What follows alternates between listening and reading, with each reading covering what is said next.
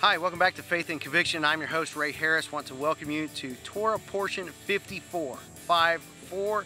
It is the last portion for the year's worth of study, and it is a powerful study this time. I think you're going to like it because it's going to look at the word blessing, which has a lot of use in the New Testament, and I think this is going to be a great way to end this year-long journey.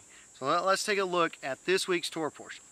It's וזאת, HaBrachah, which means this is the blessing.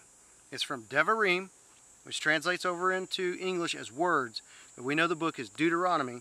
So we're looking at Deuteronomy chapter 33, verse 1 through chapter 34, verse 12. Now, our key is the first two words in Deuteronomy 33, verse 1. וזאת is H2063, gets translated, and this. HaBrachah is H1293, and it's translated as the blessing. And that's the one we're going to focus on in this study. So, HaBrachah comes from H1288, which is Barach, which is important because when we see this word, we're going to connect it over into the New Testament. We're going to bring it back around to Genesis because I think this is a very important teaching and I think you're going to like this. So Brown Driver Briggs says HaBrachah means blessing, the source of a blessing. And of course, we as people who believe in Jehovah believe that He is the source of all blessings, and which is also of prosperity. But you can give a blessing like you're praising God Himself. A blessing is also a gift, which is a type of present. But interestingly, it's also a treaty of peace. And that's a very interesting concept. So, Esword says that in the Hebrew, bracha is found in there about 50 different times. Mostly translated as blessed, blessings, or blessing. But also, in one instance, it's translated as pools. That didn't make a whole lot of sense to me in the King James, but it is the King James, as I can tell. One time as liberal, and a couple other as present. So let us go back over into our Torah portion. HaBrachah is found twice in Deuteronomy 33, verse 1, and down in 33, verse 23.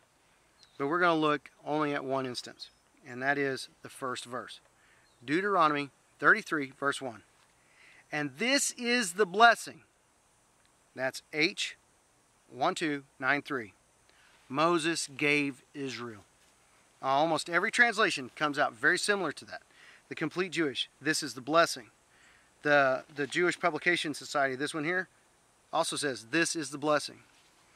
Now, get into the Apostolic Bible Polyglot English translation. It also says this is the blessing. Now this is the Greek words in it. Alte, he, eulagia. And it's that last word, eulagia, that we really want to look at. And it's G2129. G2129. So eulagia is actually where we get the English word eulogy. And a eulogy is something that we usually say over someone who has deceased. So I, as a living person, might give a eulogy about someone else. And this is a powerful testimony about their life. But it's interesting that in this text, in Deuteronomy 33:1, Moses is about to expire. He's about to decease, and he's giving a eulogy to the living. Now that's very important, and that's a concept that we're going to see over here in the New Testament with a very powerful teaching from the Messiah. So, eulogia, Thayer says, means a praise of something. A type of discourse or a dialogue which is very fine, meaning uses good language. It also means a eulogia means an invocation of blessing. You ask God to bring down something into that person's life, and that's good. It's a type of benediction as well, a consecration. It is also a very concrete benefit.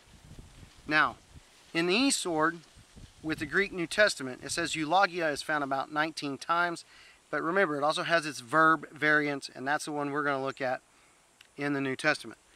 and it means blessing, blessings, and in one sense it's translated as fair speeches. So that's kind of interesting because you can have a fine discourse, remember?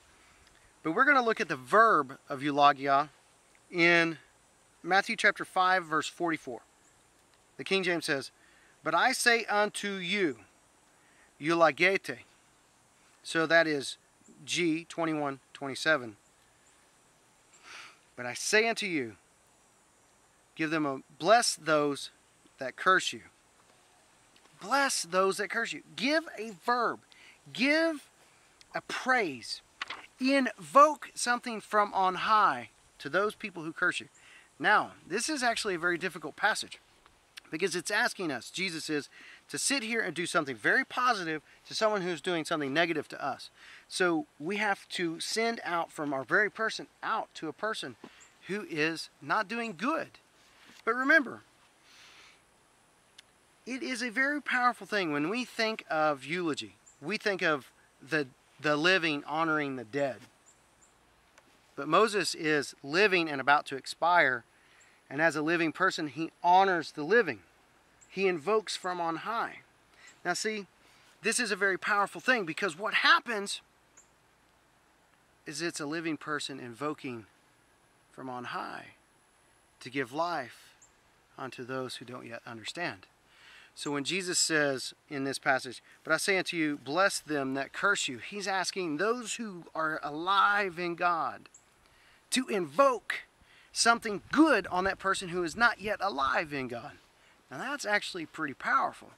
That is actually very cool when you think of the word eulogy, because it's a whole reversal from how I've heard it all my life, where we honor the dead, but now we as the living honor. You see? So while they are not yet dead in their flesh, because their body still breathes, we who are alive in the spirit with God invoke a blessing and put it on those who are doing the cursing. So Jesus is asking us to come to this whole nother level of how to do things in a godly fashion. That is so cool. So think about this. Let us go back all the way to Genesis chapter 12, verse 3, when in the English, in the King James, God says, "And I will bless them that bless you," talking from God to Abraham. I will bless them who bless you. It connects over to Hebrew word 1288, barach. Now, guess what Greek word is used there? It is eulogeso, eulaguntas. The verb. God is saying, I will eulogize them that eulogize thee.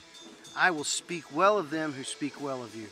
I will give an invocation of a concrete blessing to those who bless you. Now that's powerful.